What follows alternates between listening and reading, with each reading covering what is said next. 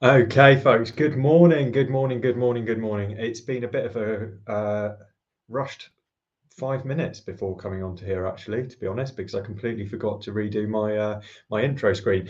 But what we'll be talking about today is language and the importance of language as a well-being leadership linchpin. So first off, what I'd love to get everyone to do is to drop a comment and let me know whether you're watching this on YouTube or whether you're watching it on LinkedIn, where in the world you are watching it from. All the engagement helps me kind of get this out to more people, help more people, and share this message with the wider audience. So if you can leave some comments, if you can leave some reactions, some likes, some love hearts, all of those things, not only will it help me get further reach, but it will also make me feel all happy and important today, this morning. Hopefully this stream is working correctly, because if I've got it up on it seems to maybe be gumpy. Let me just make sure that technically everything is working. Okay, yeah, it seems to be going all right.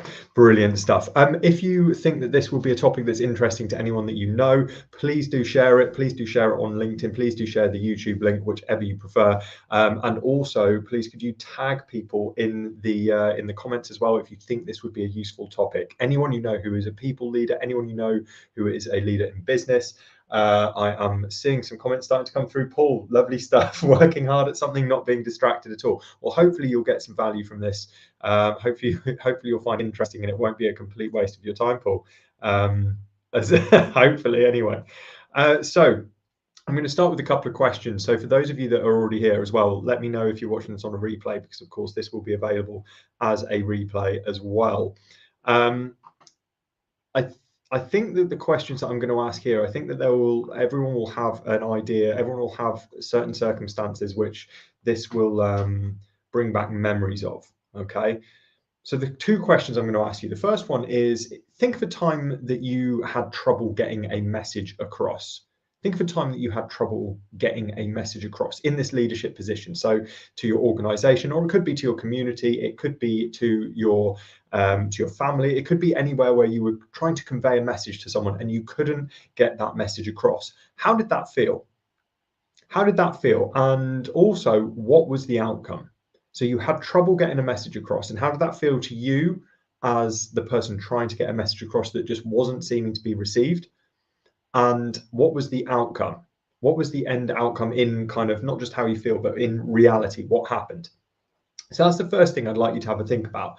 The second thing I'd like you to have a think about is, let's flip that on its head and consider a time that perhaps you had a hard time understanding someone else. You had a hard time understanding someone else's message. So it wasn't a time when you were the leader and you were trying to get a message across, but a time that you were struggling to understand someone else's message. How did that make you feel? And what was the outcome in reality for that? These are things that, you can put some answers in the comments if you have particular things in mind, but don't feel that you have to. It's just something to think about as we go through the main part of this live stream. So what am I going to talk about? I'm going to talk about three main things, and you probably saw this in the description of the event. I'm going to talk about what language actually is, because again, language is something that we use a lot. We use the term, we've heard the word language plenty of times, we've used the word language plenty of times. But if we were asked to give a clear, concise definition of it, what would that actually mean? I've just seen Andrew commenting there as well, frustrating in both cases. That's the word that immediately springs to mind for me as well. If you're trying to get a message across and you can't seem to convey it properly, it's frustrating. And also, if you can't understand what someone else is saying, that is incredibly frustrating too. And this is vital. We're going to come back to this as we go through. So once we've kind of defined what language is, we're going to be looking at certain areas of language, such as semantics and pragmatics and rhetoric. What do those mean? What are they and why are they so important? We're going to look at words as a performative act, not just a kind of something passive, but something which creates a reality. And also we're going to look at how to improve communication around well-being from a leadership position. So these are the kind of three main things that we're going to be looking at. It's a lot to get through. As always, I don't want to be keeping you past 1:30. So we've got 25 minutes.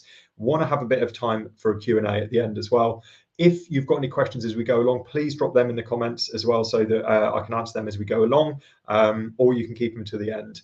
If you're watching this on replay, please also put your comments, put your questions in the comments, because I can always reply to those after the fact. Obviously, I won't be addressing them in the video if you're watching it on a live, on a replay. So what is language? What actually is it? This is the first thing that I want to cover. The definition, or a definition of it, which we'll start with, a nice official definition before we break it down, is the principal method of human communication consisting of words used in a structured and conventional way and conveyed by speech, writing, or gesture. So that's a definition. It's a bit dry, but it does explain what it does. But what I think is really important for us to understand when we're considering what language actually is it's what has created the societies that we live in today.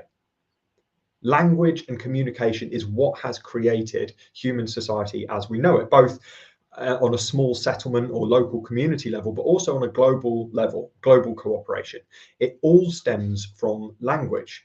And indeed, all of these things have come about, all of the kind of progress that the human species has made has come about through collaboration, and that has come about through language and our ability to share ideas and to pursue shared goals.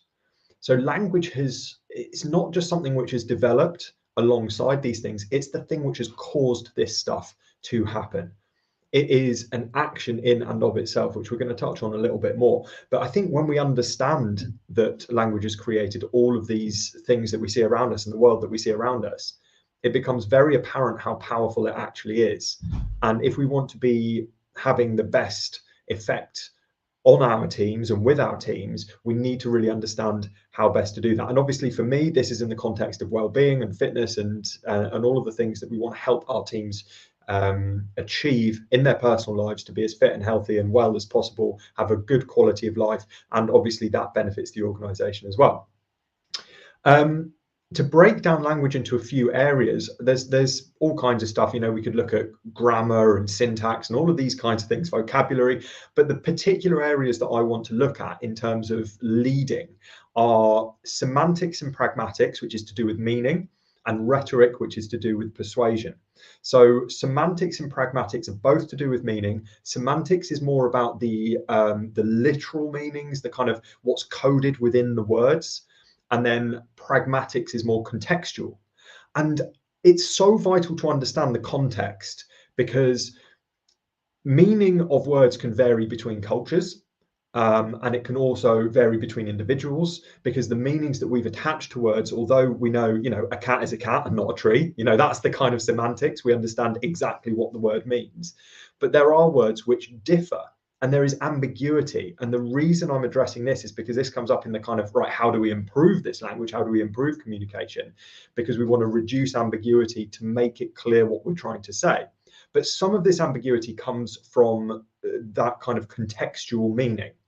A couple of examples of this, if we were looking at multinational organizations, obviously this is to a much greater degree because you're looking at translation between languages. But if we look at English-speaking countries, the UK and the US, there are different words meaning the same thing, or the same words meaning different things. So an example that I wanted to use here is the word pissed. Let's use some profanity on this Wednesday morning. If you're pissed in the United States, you're annoyed, you're angry. If you're pissed in the UK, you're drunk. So if you said that person's pissed, that means two different things in two different English-speaking countries. Now, that is obviously between two countries, but even within different socioeconomic groups and different cultures and things like that within one country, you're going to get different words for the same kind of thing. The language that is used by upper middle class people in the UK versus people who are working class, more traditionally working class in the UK, it's going to be a different kind of language. It's going to be different terminology, different colloquialisms.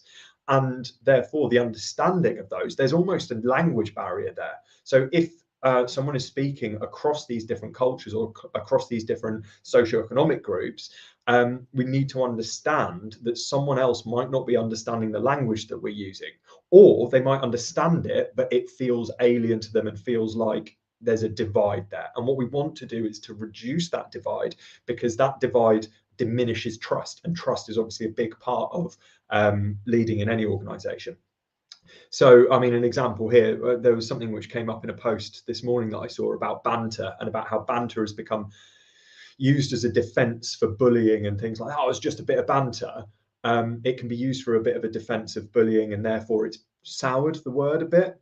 However, if we just look at it as its meaning, banter, a bit of, you know, joshing, a bit of kind of, there's all these different words which can mean the same thing, you know, teasing people, but it's a bit of joking around at each other's expense.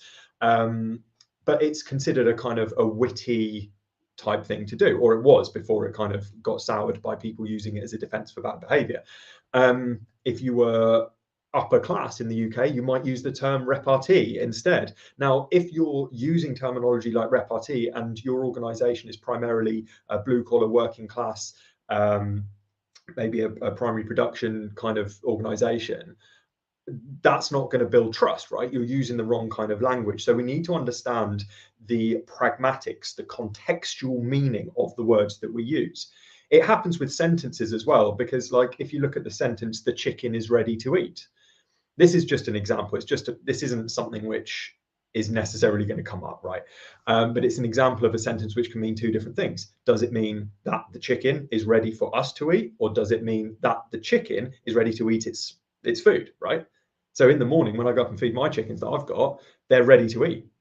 They're not ready to eat, but they're ready to eat. So you can see how in sentences there is ambiguity in terms of the structure as well. And we need to understand these things if we're to minimize that, so that we are able to communicate more effectively. The second thing around language, we've talked about meaning now, is about rhetoric, which is persuasion. This is an area which some people feel is a bit unethical, because you're trying to persuade other people to do things differently, or you're trying to persuade them to think differently. Is that manipulative? Is manipulation even a bad thing inherently? Perhaps if it's used to get people to do things that maybe don't benefit them, then it could be considered unethical. But if you're using your persuasive language, if you're using rhetoric to encourage people to do things that actually benefit them, then is that unethical, or is that actually a really good use of that tool? Now, with persuasion, with rhetoric, there's lots of tools that you can use within that. This isn't a long enough talk for me to go into this in any great detail, but I just wanted to touch on it. We think of rhetorical questions as being questions which don't need an answer, but actually a rhetorical question is a persuasive question. And often they don't need an answer because of the nature of how they're delivered. But rhetoric and rhetorical tools are used for persuasion. I've just seen a comment coming from Stella. I think being consciously aware of what you're saying is important, linked to truly being present, investing your attention. Absolutely right. And that's something that I'm kind of going to come on to in the final part, about how to actually improve our communication and how to improve our use of language around well-being leadership. Because you're absolutely right, being present, attention, and being consciously aware is vital. And that's kind of the biggest thing that I really want to achieve with this, is just to make you think a little bit more about the language that you use. Even if you don't have very clear stuff and you take things from this which maybe are just a starting point, it will hopefully make you think a little bit more. So you're not using language mindlessly just because it's what you're used to, but you're thinking about what is going to convey the message most effectively. So we've kind of covered off what language actually is. It's a mode of communication. It's words, written words, spoken words, gestures. We've looked at semantics and pragmatics, so the meaning of actual words, but also the contextual meaning of words. And we've also looked a little bit about rhetoric and persuasion and understanding these kind of different areas within language. The second area is something quite interesting to me, which has only been a recent discovery. There's a book by a guy called J.L. Austin. In fact, it's a book of lectures called How to Do Things with Words. And I came across J.L. Austin when looking at how language has created reality. And J.L. Austin, this book came out in the 50s. It was based on some lectures he did in the 1930s. Prior to J.L. Austin's kind of lectures on language, words or utterances, spoken sentences, were considered to be a way of making statements of fact, or things which are truths. What J.L. Austin posited was that actually most words, most utterances are performative. So they actually create something, they do something. They're not just statements of truth, they are creating things in their own right. And a couple of examples that he uses are, I now pronounce you man and wife. Okay, so me saying that now doesn't change anything, but in the right context, that is a legally binding thing. I now pronounce you husband and wife is a legally binding sentence. If performed by the right person in the right place, the context, that becomes a performative statement. Another one is you're fired.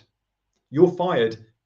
Just another example of how words are actually actions in themselves. Words are not passive. Words are active. They create things in the reality. They change things around us, even if the thing that they change is the way someone else is thinking. It doesn't necessarily, knock down a wall, unless we say to someone with a sledgehammer, knock down that wall. In which case, again, it's a performative statement. It's an order we've given, which has resulted in a physical change in the environment because of the context. If that person works for us, we're on a building site with a foreperson, they're a worker, knock down that wall, they knock down the wall. We are changing the world by using language. And if we understand that words are not just statements, words are not just passive, they're not just our thoughts leaking out into reality through our mouths, but they are creating reality in themselves.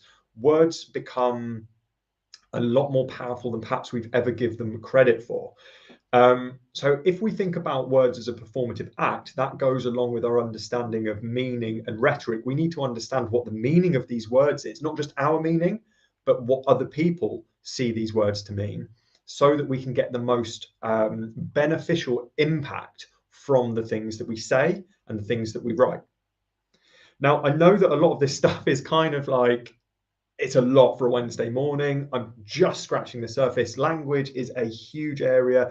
It's an area which I'm getting more and more and more interested in. I can see myself going down this route a lot more. What I'm also going to do is I'm going to write an article about this. So if you want to understand it in any more depth, and you want it in black and white in front of you rather than just listening to me saying these things to you, but you want to read it as well, maybe you learn better that way, there will be an article coming out. So please do keep an eye out for that. I'm working on something else at the moment, but that will be the following article from the one that I've been working on recently. I need to get some more research around this stuff to put into that article to make it really valuable for everyone. So do keep an eye out for that. Now, the last thing that I want to come on to, and I've kind of left a little bit more time to come onto this because it's the practical side of things. It's how do we actually use these things that we've learned? How do we change the way that we're speaking? How do we change the way that we're communicating to better lead our people in the area of well-being? There are three parts to this, and within those three parts, there are kind of some sub parts as well. Feel free to take notes on this because there's so many things out there on language for leadership and so on and so forth. And there's like 8 ways to improve your communication as a leader, 11 ways to improve your communication as a leader. There's loads of stuff out there. I'm just using 3 because it's a nice number to give you in something like this in the format. There's 3 things that are relatively easy to remember. If I gave you 8 or 11, you're not going to remember all of them, but please feel free to make notes on this and to use them. Now, the first way of improving the words that you use and the language that you use and the communication that you put out to your organization, the first one is to listen. And this is something which is maybe paid lip service to a little bit, but not always used as effectively as it could be. If we don't listen to our people, there's a couple of things that are going to happen. One is that we're not going to understand the language and context that we should be using. We're not going to understand what kind of language our people use. We're not going to understand the variation within the people within our team. If you've got a team of, if you're heading up an organization of 1,000 people, there is going to be a lot of cultural difference within that. There's going to be a lot of language difference within that. And the pragmatics, that meaning, that contextual meaning is going to be different for different people. If you start listening and having conversations with people, you're going to have a better indication of the language that they use. And then you can mirror that back and use it. So you're making it relevant to them and you're using language that they understand. So you need to start listening to understand language and context. You also have to start listening so that you can hear the ideas that are being put forward by your team. So if we're looking at well-being, for example, people are going to be more invested in strategies and and tools which they've had a hand in developing. So if you give people the opportunity to share their ideas and you go, okay, that's actually a really good idea, I hadn't thought of that, and you somehow use that within the strategy that you're putting together, that shows that the communication you're having with people is two-way. And we're going to come on to this actually in the third point as well, because the third point is about two-way communication as well. It's not just about you communicating what you want to those people, but you need to listen first. You need to understand what it is that they want, what it is that they need, and also the language and context that they use when they're communicating with each other, so that you can bring yourself into those conversations rather than just broadcasting in your own language, which no one relates to, no one really understands, and they feel completely disconnected from. We're trying to connect people here. The second thing that you can do to improve it after listening is to reduce the ambiguity in the language that you use. In order to do this, you need to have understood the language of the people that you're trying to communicate with. It's no good speaking a different language. There's a little acronym here you can use: ACT, A-C-T, action, clarity, and tone. To reduce ambiguity, you can not only say the things that you want to say, but you can do those things as well. This is about role modeling behavior.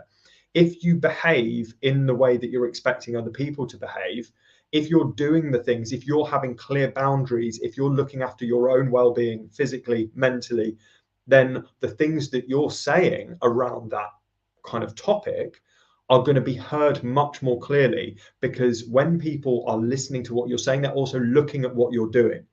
And if you're saying, I want my organization to have great boundaries around their work, I want them to allow space for recovery so that you can operate at your best, but you're not doing that as the leader because you don't have time, you've got too many responsibilities because you're the boss, that is going to undermine your communication. It doesn't matter about the language you're using if your actions do not marry up. This is about authenticity. It's a bit of an overused word, but it's about being real and transparent and saying, I really think we should all be doing this, including myself, and here's me doing it.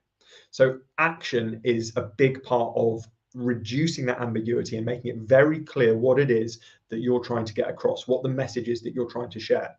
The second thing about clarity is the words that you use.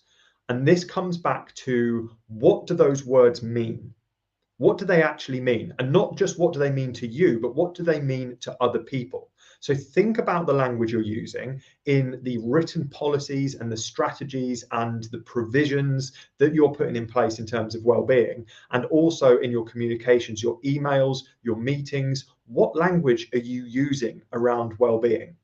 Are you being clear on the benefits to the individuals? Are you being clear on what your expectations are and what other people's expectations can be of you? What are you changing in the organization? Not just individual responsibilities, but organizational responsibilities. There's a lot of stuff you can do to make it very clear, crystal clear, what it is that you're trying to get across to your people. So don't just be lazy with the words that you use. Don't rock up to a meeting. Don't write out an email without considering the language that you're using. Don't turn up to the meeting and just say stuff. Plan the words that you're going to use and think, are these words the most effective way of getting across what it is that I'm trying to get across to my people? Now, this stuff can go with any area of leadership, of course. I'm particularly thinking about it in terms of well-being, but it's really the same across the board. The third thing is about tone. It's not just about the words you use, but how you use them. What are you stressing? Is the tone that you're using conveying genuine interest and passion and care for your people? Or do you sound despondent? Do you sound like unsure? Because if you sound unsure, then your message is going to get muddied. It's going to be like, well, he said this, she said this, but it didn't sound like they really believed what they were saying. And often that's not because you don't believe it, but it could be because you haven't really planned what it is that you want to say, and you're trying to think on the spot, oh, what's the best way of saying this? So planning can really help the clarity, and the tone can then reinforce that clarity. So take action, show that you're doing what it is that you say you want other people to do. Be clear with the language you use, and think about the tone that you use in order to reduce, between those three things, any ambiguity with what message you're trying to get across. So the first one was about listening, the second one was about reducing ambiguity, and the third thing is asking for feedback. So this is the second part of the listening phase, if you like. This is another area where the communication becomes two-way. So you've listened at the start and you've learned the language and you've learned the cultural significance of what it is that you're saying or what you're not saying. But after you've communicated these things, whether it's in a meeting, whether it's via email, ask for feedback, because this does a few things. It shows you're willing to learn and improve. It shows that you're willing to learn and improve your own communication skills, and that goes a very long way. It becomes an engagement of people rather than a one-way broadcast, as I mentioned earlier on. And when people feel engaged, they're in a conversation that is bi-directional, not just unidirectional. The message comes across much more clearly, and people feel invested in what it is that you're saying because they've been involved, and we all want to feel involved. We don't just want to be told things. A sentence that can often be used with the asking for feedback is not just what did I say here, but think about, what did you hear when I said this? Don't necessarily do this in the big groups when you've just sent this out or you've just said this in a meeting, but you could speak to people one-on-one, or you could have a focus group, and you could speak to a trusted person in your team and say, what did you hear when I said X, Y, Z? What did you hear? And this is such a simple but powerful reframing of a question, because if you ask them what they heard, it may well be very different to what you intended. And when you understand that difference, that discrepancy between your message and what was actually received, you can see where to improve things. If someone says, well, I heard this, and you're like, wow, that's not what I meant at all. What language, what words did I use which caused that? Or was it to do with my tone? Or was it to do with my behavior? What was it that undermined that clarity? And when you ask those questions, when you ask for feedback, you show that willingness to learn and improve, which goes a long way to building trust. And trust, after all, is the foundation of all of this communication and all of this kind of group success that we want in an organization or in any community. But it also not only shows that you're willing to learn and improve, but you actually do learn and improve. You will become a better communicator as a result of asking these questions, as a result of listening to the feedback, and as a result of actioning the feedback when you get it. So just to kind of clarify this, we're at 11:28, so we've got a couple of minutes. Please drop any questions into the chat now, into the comments now. I'm just going to quickly cover off those main points again before answering any questions that you've got. We covered what language was. It's our ability to kind of communicate using words in a structured way, but it's also what has created the societies we live in, both locally and globally, and therefore it's what creates our communities and it's what creates our culture in our organizations. We've looked at meaning and how semantics is one side of it, the actual meaning of a word, but pragmatics and the context of the language we use is vital for the meaning, and we need to understand this when communicating with large groups of people. We've also looked at rhetoric and whether persuasion is ethical or unethical. And my personal view is if we're using it to help people, then it is definitely an ethical thing that we need to do. So we need to be aware of, is what we're doing helping people here? And can we feel comfortable with that? We've looked at words as a performative act. So words that create reality, things that we say which change our surroundings and change people's ways of thinking and change people's behaviors, rather than just being a passive thing that we don't really need to care about. And we've also looked at how to improve through listening effectively, understanding the people that we're trying to communicate with, learning that language, even if it's the same language officially, but what language, what colloquialisms, what different dialects can we learn so that we can use the language which makes the most sense to the people that we're speaking to.